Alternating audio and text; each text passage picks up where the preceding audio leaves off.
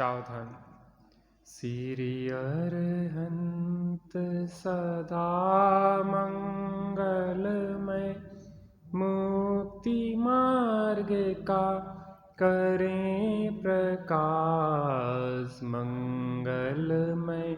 श्री सिद्ध प्रभु जो निज स्वरूप में करें विलास, शुद्धात्म के मंगल साधक साधु पुरुष की सदा शरण हो।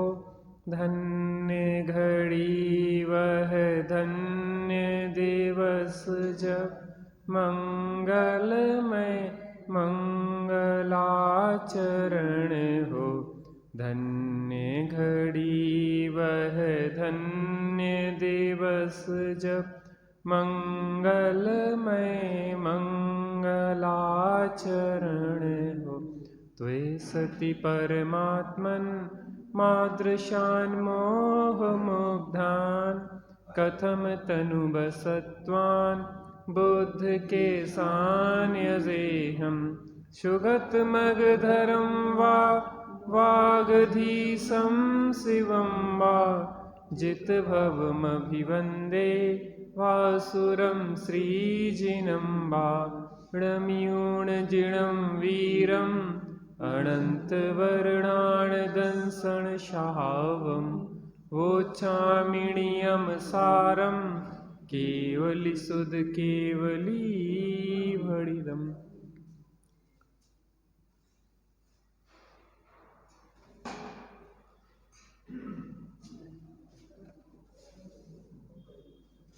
इति जिनपति मार्गात् बुद्ध तत्वार्थ जाताः, त्यजतु परम शेषं चेतना चेतनं च। भजतु परम तत्त्वं चिच्चमत्कार मात्रं, परविरहित मंतर निर्विकल्पये समाधौ। श्री नियम सार जी परमागम। अजीवाधिकार। अजीवाधिकार में भी पुद्गल की चर्चा यहाँ पूर्ण हो रही है। उसके बाद पद्म प्रमलधारी देव ने 3 कलश दिए हैं। इस 43वें कलश में यहाँ कह रहे हैं, इस प्रकार जिनपति के मार्ग द्वारा तत्वार्थ समूह को जानकर पर ऐसे समस्त चेतन और अचेतन को त्यागो।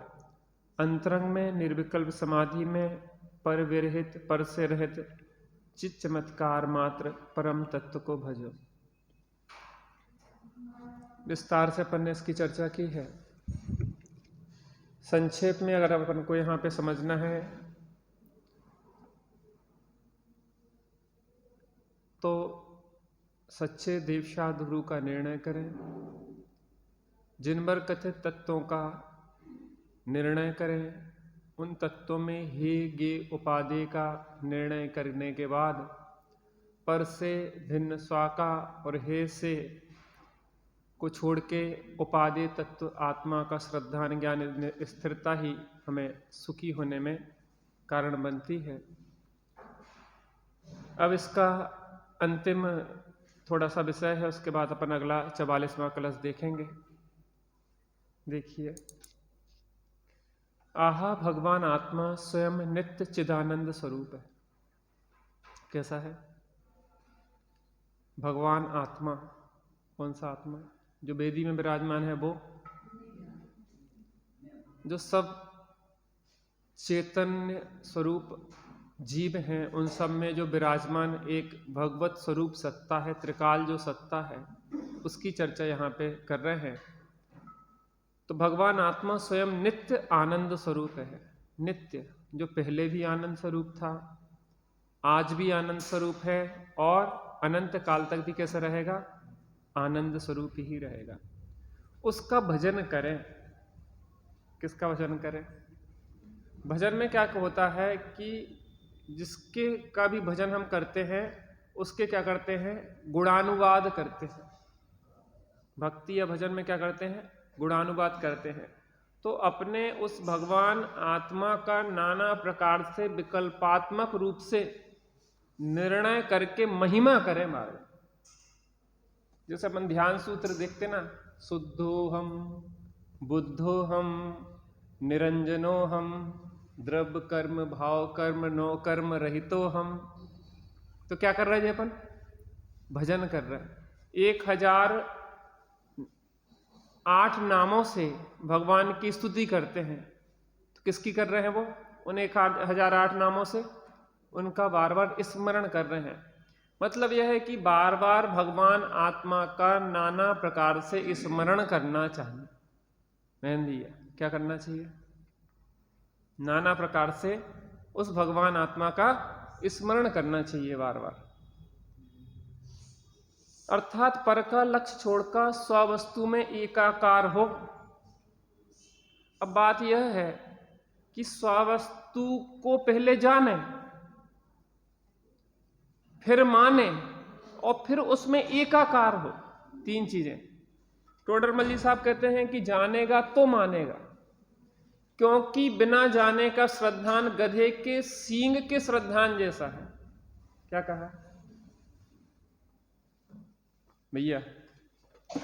जानेगा तो मानेगा, बिना जाने का श्रद्धान गधे के सींग समान है। इसलिए पहले जानो, यह नृपति है, यह जानकर पहले क्या करें? अर्थार्थी जन जिसको धन की इच्छा हो, क्या करें? श्रद्धा करें। तो पहले जाने फिर श्रद्धा ने। यह राजा है, यह जाने, यह अवश्य ही राजा, यह अवश्य राजा ही है, ऐसा श्रद्धा ने। और फिर क्या करें? यह रपति है, यह जानकर अर्थार्थी जन श्रद्धा करें, अति प्रीति से अनुचरण करिए। अब क्या करें? उसकी सेवा करें। सेवा माने सेवन करें। तो मैं जीवराज हूं ऐसा ज्ञान, मैं जीवराज हूं ऐसा श्रद्धान, और अपने जीवराज में ही स्थिरता, उसकी सेवा, उसकी भक्ति, उसकी उपासना, सब कुछ यही है। क्या करें?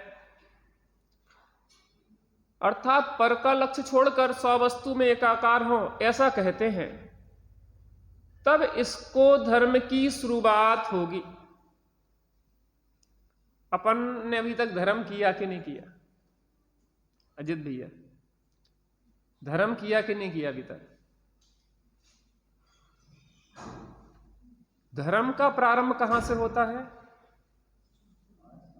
सम्यक दर्शन से। और सम्यक दर्शन किस पूर्वक होता है? सम्यक ज्ञान पूर्वक।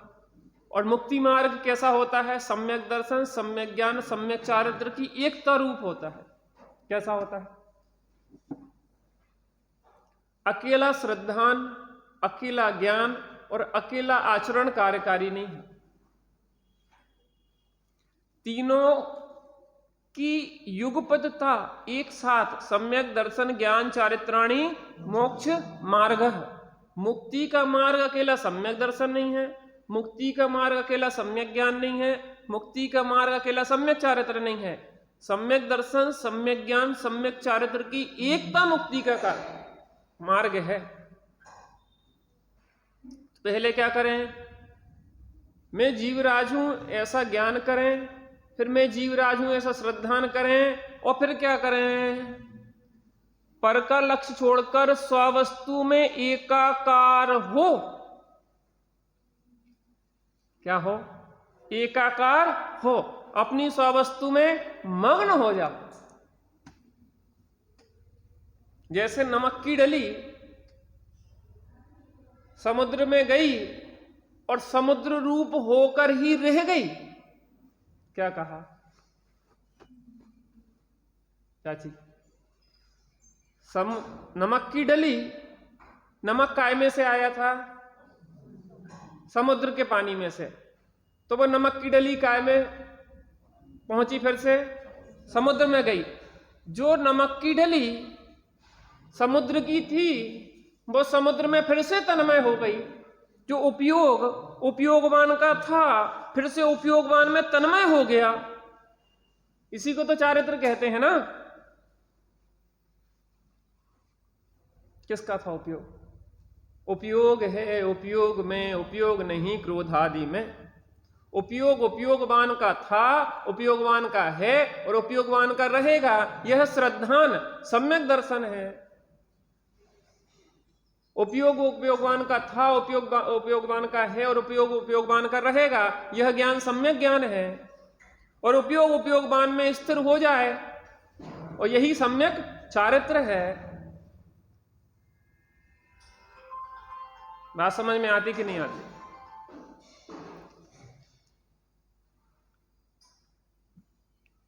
स्ववस्तु में एकाकार हो ऐसा कहते हैं, तब इसको धर्म की शुरुआत होगी।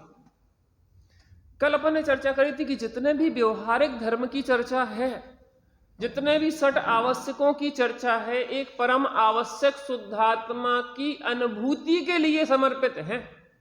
क्या कहा सोगानी जी ने जब सुनाना कि आवश्यक 6 नहीं एक ही होता? सोगानी जी का ही आता कितने? अभी तक तो हमने 6 सुने थे। अब यहां क्या कह रहे हैं कि आवश्यक एक ही होता। तो वो कौन सा आवश्यक है?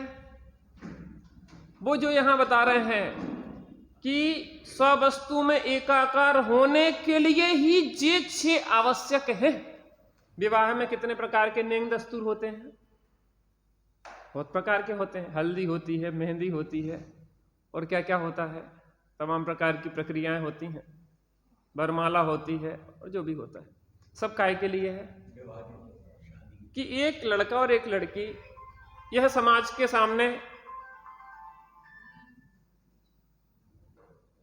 एक प्रोसेस है कि अब ये दोनों क्या हो गए? एक हो गए। क्या हो गए? एक हो गए। पंच परमेष्टि की साक्षी में, जैसे पंचों की साक्षी में विवाह संपन्न होता है, ऐसे ही पंच परमेष्टि की साक्षी में यह अनादि की भटकी हुई परिणति अपने स्वरूप से तन्मय हो जाती है। जैसे पंचों की साक्षी के बिना विवाह नहीं होता और विवाह किया जाए तो मान्य नहीं होता, ऐसे पंच परमेष्टि के बिना, उनके मार्गदर्शन बिना उपयोगवान में स्थिर नहीं होता। तो पंच परमेष्टि क्या करते हैं? पंच परमेष्टि साक्षी होते हैं। ऐसा समझो कि हमारे ऊपर कोई आरोप आया और हमने उस चीज की सफाई दी। नहीं, मैंने अपराध नहीं किया, तो मान्य होगा कि नहीं होगा कोर्ट में? उसके क्या लिए क्या चाहिए पड़ते? साक्ष्य, अर्थात उसको क्या कहते? एविडेंस कहते ना, गवाह। गवाह चाहिए। कौन? किसके सामने? तुमने नहीं किया यह सिद्ध करो। कोई है ऐसा? हमारे पास कोई नहीं है तो मान्य नहीं होगा। ऐसे ही पंच परमेष्टि के बिना वो एक ऐसी स्थिति है कि उनके बिना वो कार्य की सिद्धि नहीं होती। किसकी? सच्चे देव सद्गुरु पंच परमेष्टि के बिना शुद्धोपयोग की सिद्धि नहीं होती और पंच परमेष्टि से उसकी सिद्धि नहीं होती। पंच परमेष्टि करते नहीं है, लेकिन पंच परमेष्टि की उपस्थिति होना अनिवार्य है। पंचों की साक्षी होना अनिवार्य है। लेकिन पंच तो बहुत सारे हो और लड़का लड़की तैयार ना हो तो शादी होगी कि नहीं होगी? तो दोनों चीजें होना चाहिए। हम भी अपने से जुड़ने के लिए तैयार हों और ऐसे में देव सद्गुरु पंच परमेष्टि की उपस्थिति हो, तो ऐसे में धर्म का प्रारंभ हो जाता है, जिसको यहां कह रहे हैं। तब इसको धर्म की शुरुआत होती। इस प्रकार इस कलश में कहा है कि तत्वों का निर्णय करो और तत्वों का निर्णय करके अपने स्वरूप में लीन हो जाओ, यही धर्म का प्रारंभ हो जाता है। अब अगला कलश बहुत जबरदस्त है, उसको देखते हैं। इस प्रकार इस कलश में तो यहां तक कहा और फिर 44वें कलश में कहेंगे कि चेतन अचेतन इन दो के विकल्प मुनि धर्मी को नहीं होते। एक अलग बात बता रहे भैया।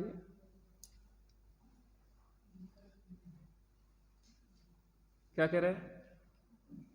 यह मैं चेतन हूं और जो शरीर आदि अचेतन है,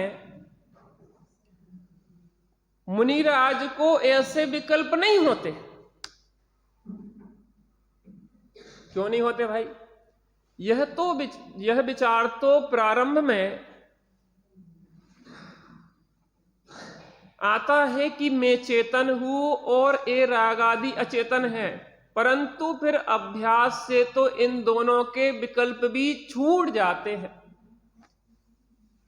समझ में आया कुछ कि नहीं आया? तो मुनिराज के ये विचार नहीं करते कि मैं चेतन हूं, शरीर अचेतन है, जब सब मुझसे भिन्न है, पर है। आपका एक प्रयोगात्मक स्तर पे अपन विचार करें। जैसे आपने रोटी बनाना प्रारंभ किया तो पहले सब हिसाब लगाना पड़ता, कितना आटा लेना, कितना पानी, कितना गूंथना, कितना सेकना, सब कुछ। नए नए व्यक्ति को नौ सिखिया को पूरा हिसाब लगाना पड़ता। वो बाद में आप 5, 10, 20 साल हो जाए आपको, फिर नापना आपके आटा कटोरी से लोगे क्या, गिलास से कितना पानी डालना है। दाल चावल बनाओगे तो कितने कटोरी दाल होना चाहिए, कितने कटोरी पानी होना चाहिए, कितना चावल होना चाहिए, ये हिसाब लगाओगे क्या। मसाले में कितनी, आधी चम्मच की, पौन चम्मच की, 1 चम्मच, फिर तो फटाफट फटाफट फटाफट होता चला जाता, उतना ही अनुपात में डलता। 9 सिखिया खूब प्रयास करे, नाप नाप के बनाए तो भी नहीं बनता ढंग का, बिल्कुल एक एक फिक्स नाप से वो बना रहा है तो भी ढंग का नहीं बनता। और एक अभ्यस्त गृहिणी, और वह फटाफट बिना हिसाब किताब लगाए दिमाग से फटाफट उतना ही आटा जाएगा, उतना ही पानी, उतना ही नमक, उतना ही मसाला, उतना ही सब कुछ, और फटाफट 1 नंबर का बन जाएगा। कैसे हुआ ये सब? अभ्यास। आपकी दुकान पे ग्राहक आया, आपकी दुकान पे ग्राहक आया, शुरुआत में ये ग्राहक कैसा है, खा के तो नहीं भग जाएगा, कैसा है, पैसा देगा, मैंने बहुत सारे दिमाग में लगाना पड़ते।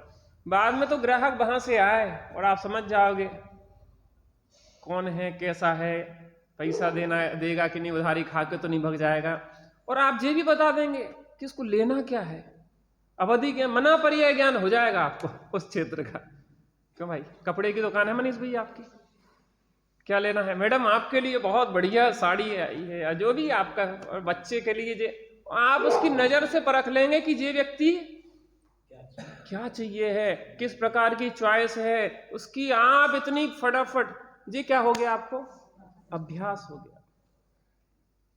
उड़ती चिड़िया के पर गिन लो, अभ्यास हो गया। ऐसे ही कोई भी साधक जब अपनी आराधना के क्षेत्र का में प्रारंभ करता है तो उसको बहुत बैलेंस बनाना पड़ता है। और उसके साथ देखो, एक तो साधना का प्रारंभ करना है, और एक साधना का प्रारंभ हो जाता है, और एक साधक की मध्यम दशा होती है, एक प्रोण दशा होती है, एक पूर्ण दशा होती है, साधक की सिद्धि हो जाती है यहां पे। अब इसमें देखना अंतर, जहां हमें साधना का प्रारंभ करना है तो साधना का प्रारंभ करने के पहले तो हमें अतिरिक्त करना पड़ता है। क्या कहा? क्या कहा? अतिरिक्त करना पड़ता है। माने पूजन के लिए पहले ज्यादा समय देगा एक प्रारंभिक भूमिका वाला, जिसको अभी प्रारंभ करना है साधना का, वो ज्यादा से ज्यादा स्वाध्याय और कार्यों में भी धर्म के आयतनों में अधिक से अधिक समय देगा।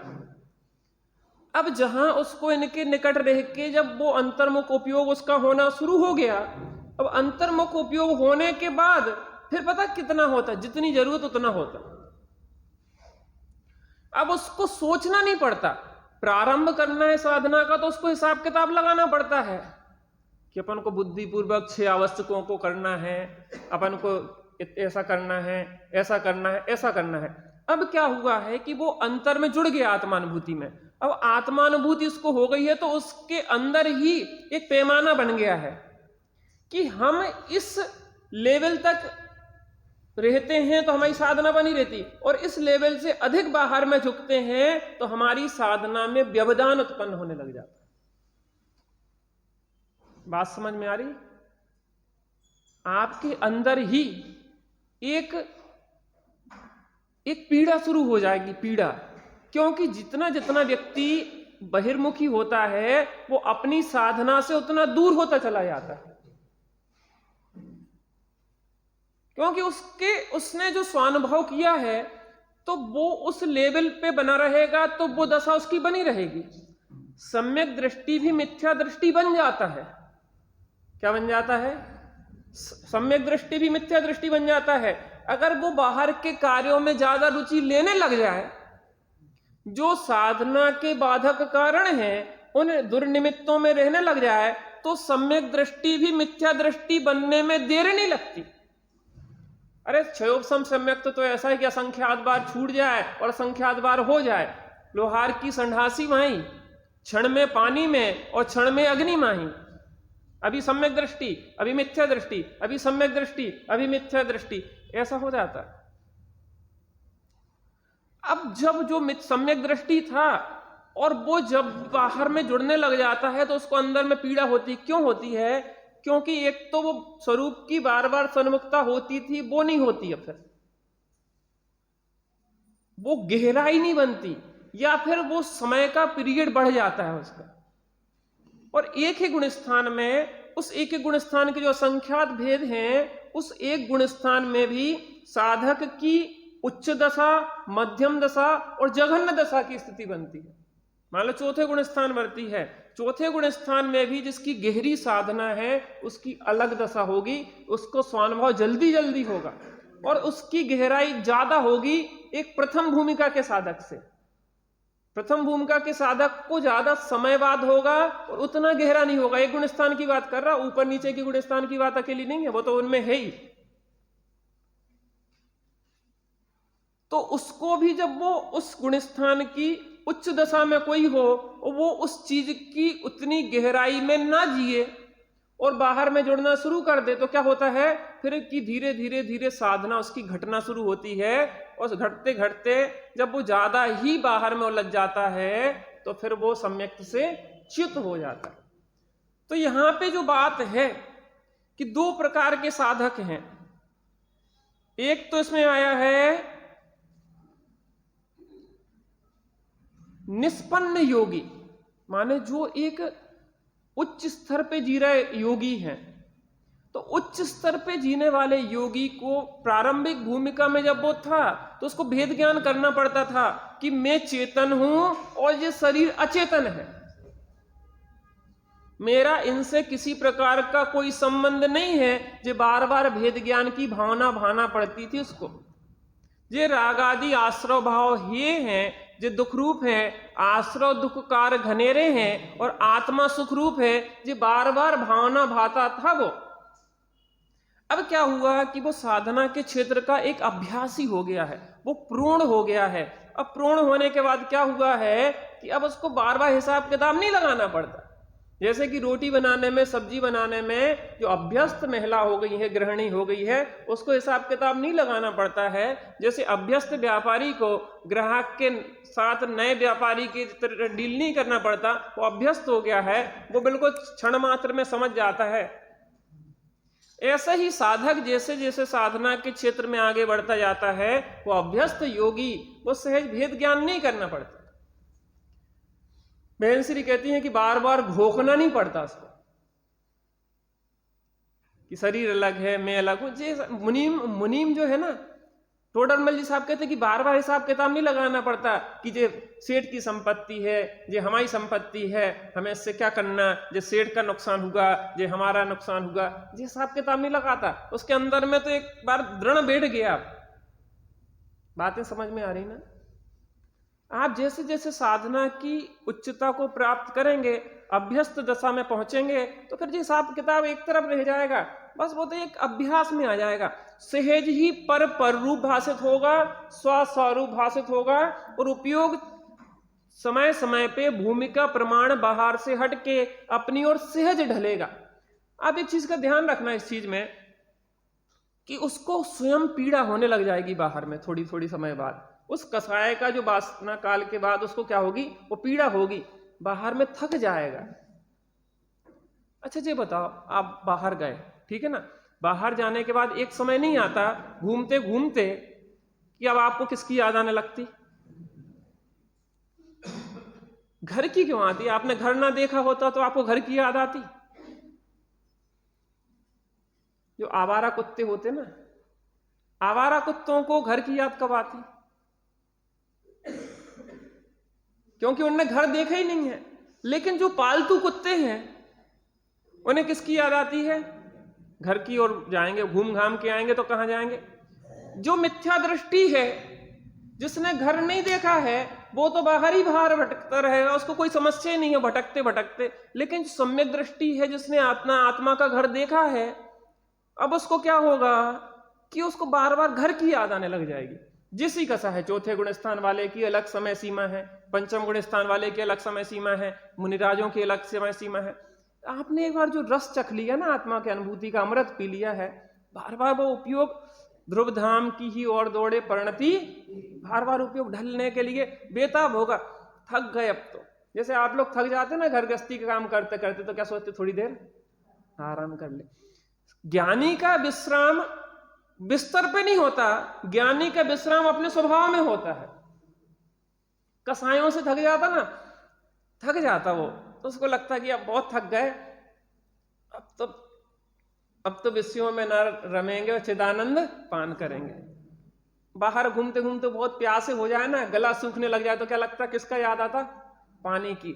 ऐसे उसको, ज्ञानी को अमृत की याद आती कि अरे बहुत कसायों का विष पी लिया है, अब तो क्या पिएंगे? अभ्यास की बात है।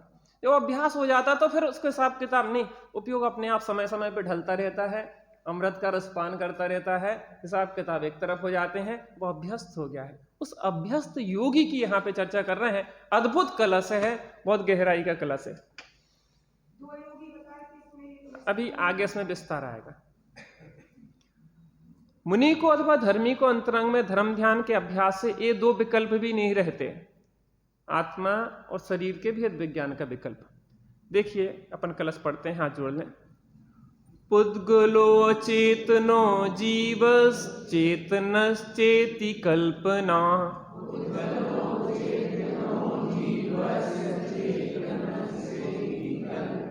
सापि प्राथमिकानां स्यान् न स्यान् निष्पन्न योगिनां।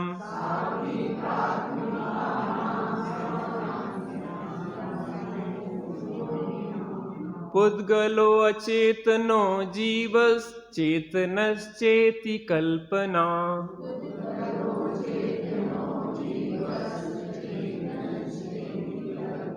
सापि प्राथमिकानां स्यान् न स्यान् निष्पन्न योगिनां।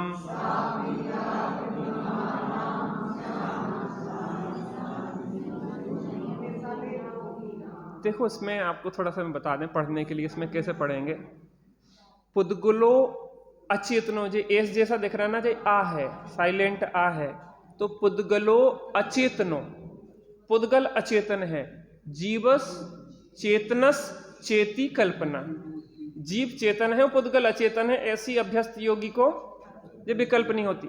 सा अपि होते हैं किसको? प्राथमिका नाम स्यान, स्यान। अब न, इसमें से दो ना है ना, एक आधा है एक पूरा है। स्यान न, स्यान के बाद न अलग से आ जाएगा, स्यान न, स्यान, फिर उसके बाद क्या है? स्यान निष्पन्न, निष्पन्न योगी नाम। इस तरीके से आप पूरा एक बार कलश पढ़ लेते हैं, स्पष्ट हो जाएगा। पुद्गलो चेतनो जीवस चेतनश्चेति कल्पना, सापि प्राथमिकानां स्यान् न स्यान् निष्पन्न योगिना। पुद्गल अचेतन जीव चेतन, भाव अपरम भाव में निष्पन्न भाव होते। श्लोकार्थ। पुद्गल अचेतन है और जीव चेतन है, ऐसी जो कल्पना वह भी प्राथमिकों को, प्रथम भूमिका वालों को होती है, निष्पन्न योगियों को नहीं, अर्थात जिनका योग परिपक्व हुआ है उनको नहीं होती। बात तो स्पष्ट हो गई होगी। यहाँ पर ऐसा क्यों बोला कि पुद्गल अचेतन और जीव चेतन, ऐसी जो कल्पना, कल्पना पट क्यों? कल्पना माने विकल्प, विकल्प। कल्पना माने कल्पना नहीं है, कल्पना माने यहाँ विकल्प मतलब है एक शब्द के अनेक अर्थ होते हैं, ऐसा विकल्प नहीं होता। किसको नहीं होता? ऐसी कल्पना नहीं, गाय के सिंग वाली कल्पना। ज्ञान नहीं, नहीं ऐसे नहीं, विकल्प, कल्पना माने विकल्प। निष्पन्न योगियों को नहीं होती। निष्पन्न माने जिनकी साधना में उच्चता आ गई है, प्रगाढ़ता आ गई है, उन्हें नहीं होती। और किनको होती है? प्राथमिक भूमिका वालों को होती है। अपन किस स्थिति में है?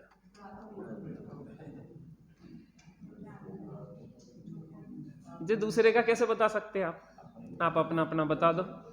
और बताना भी क्या है, अपने अंदर देख लो कि हम प्राथमिक हैं कि मध्यम हैं कि निष्पन्न है।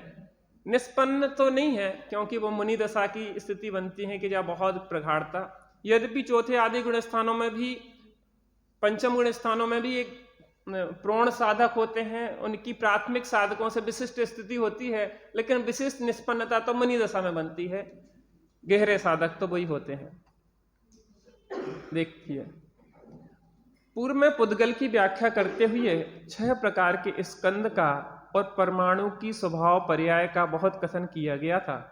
अब कहते हैं कि पुद्गल और रागादि अचेतन है और जीव जानने देखने वाला भगवान आत्मा चेतन है। अतः रागादि से पुद्गल परमाणु पर्यंत सभी अचेतन और जीव चेतन, ऐसी कल्पना भी प्रथम भूमिका वालों को होती है।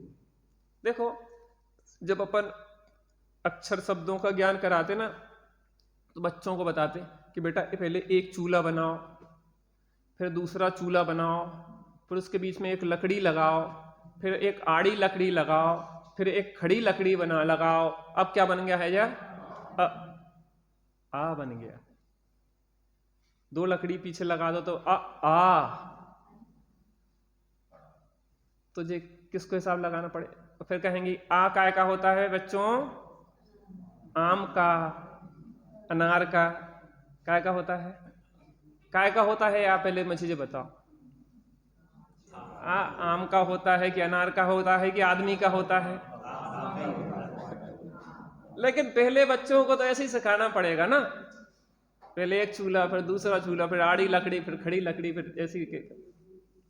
तो प्राथमिक भूमिका में अब मैं आपसे पूछूं कि काखा गाखा सुनाना पूरे है, तो शायद आप नहीं सुना पाओ, शायद आप भूल जाओ। लेकिन उसके बाद भी आपको एक अभ्यास हो गया, काखा काखा भले याद नहीं है, लेकिन आपके प्रयोग में आ गया। वो समझ में आ रहा। मैं बोलूं कि तीर्थंकरों के नाम बताओ, कितने लोगों को आते हैं, उनके चिन्ह बताओ, तो अधिकतर लोगों को नहीं आएंगे।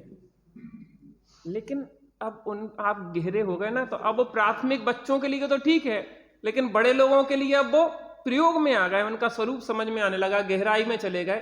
तो प्रारंभिक भूमिका के लिए ये सब हिसाब किताब लगाना पड़ता है कि पुद्गल अचेतन है और जीव चेतन है, राग आश्रय भाव है, हे है, और आत्मा उपादेय है। पहले हिसाब के साथ ठीक है, लेकिन जब अभ्यस्त हो जाते हैं तो सहज रूप से पर से भिन्न स्व में स्थिरता होती है और रागादि से भिन्न अपने स्वभाव में स्थिरता हो जाती है, हिसाब किताब बाहर रह जाता है।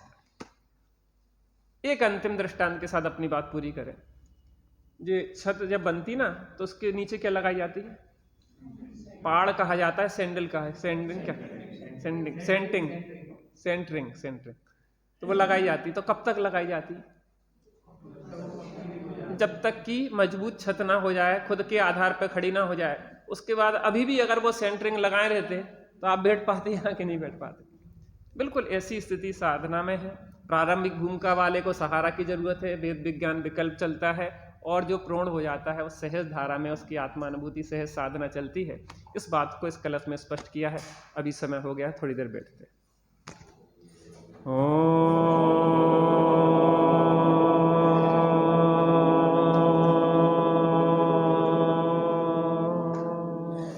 शांति शांति शांति।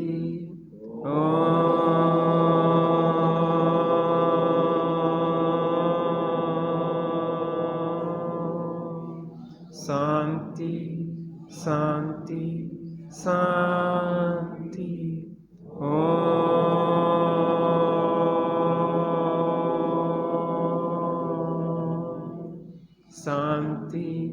शांति शांति। 43वें कलश में कहा कि सबसे पहले वस्तु स्वरूप का निर्णय करो, तत्वों का निर्णय करो, पर से भिन्न स्व का श्रद्धान ज्ञान और स्थिरता करो। उससे तुम्हें आत्मा के अतीन्द्रिय आनंद की प्राप्ति होगी।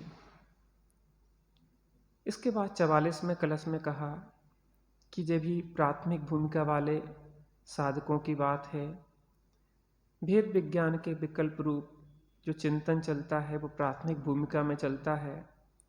जो अभ्यस्त योगी हो जाते हैं, जो प्रौढ़ योगी हो जाते हैं, आराधना की गहराई में पहुंच जाते हैं, अब उन्हें ऐसे भेदात्मक विकल्पात्मक भेद ज्ञान की जरूरत नहीं होती, क्योंकि वह भेद ज्ञान तो अंदर में बस गया है।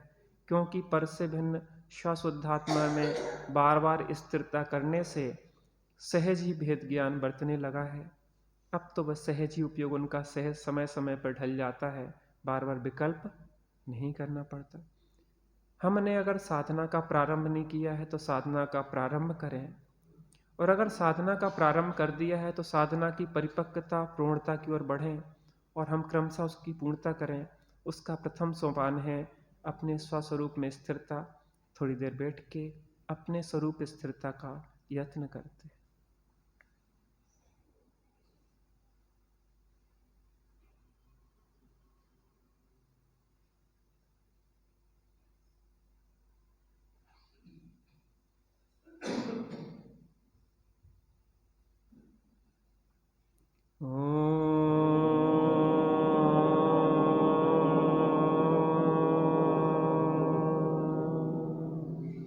शांति शांति शांति।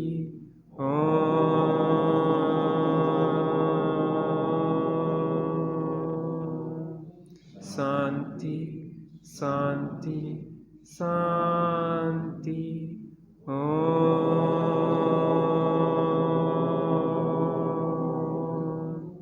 शांति शांति शांति। सहजानंदी शुद्ध स्वरूप अविनाशी हूँ आत्म स्वरूप। शांतानंदी शुद्ध स्वरूपी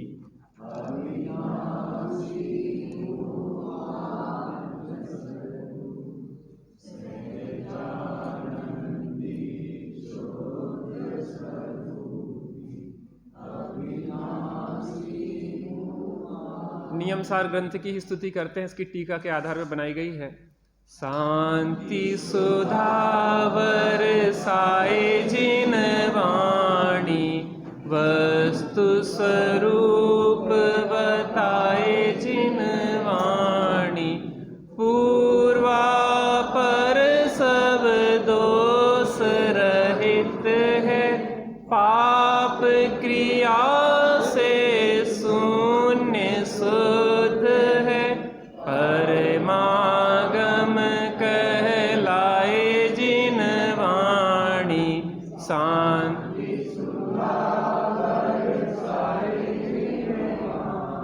परमागम भव्यों को अमृत मुक्ति बधु के मुख का दर्पण भव सागर से तारे जिन वाणी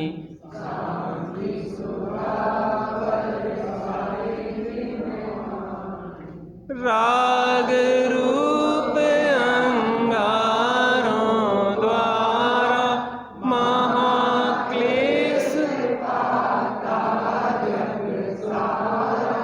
सजल मेघ बरसाए शांति सुधा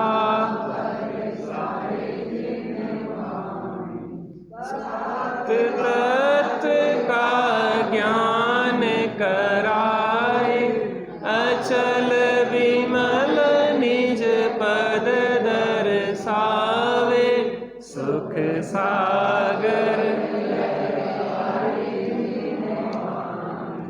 शांति सुधा बरसाए जिन वाणी वस्तु जावाणी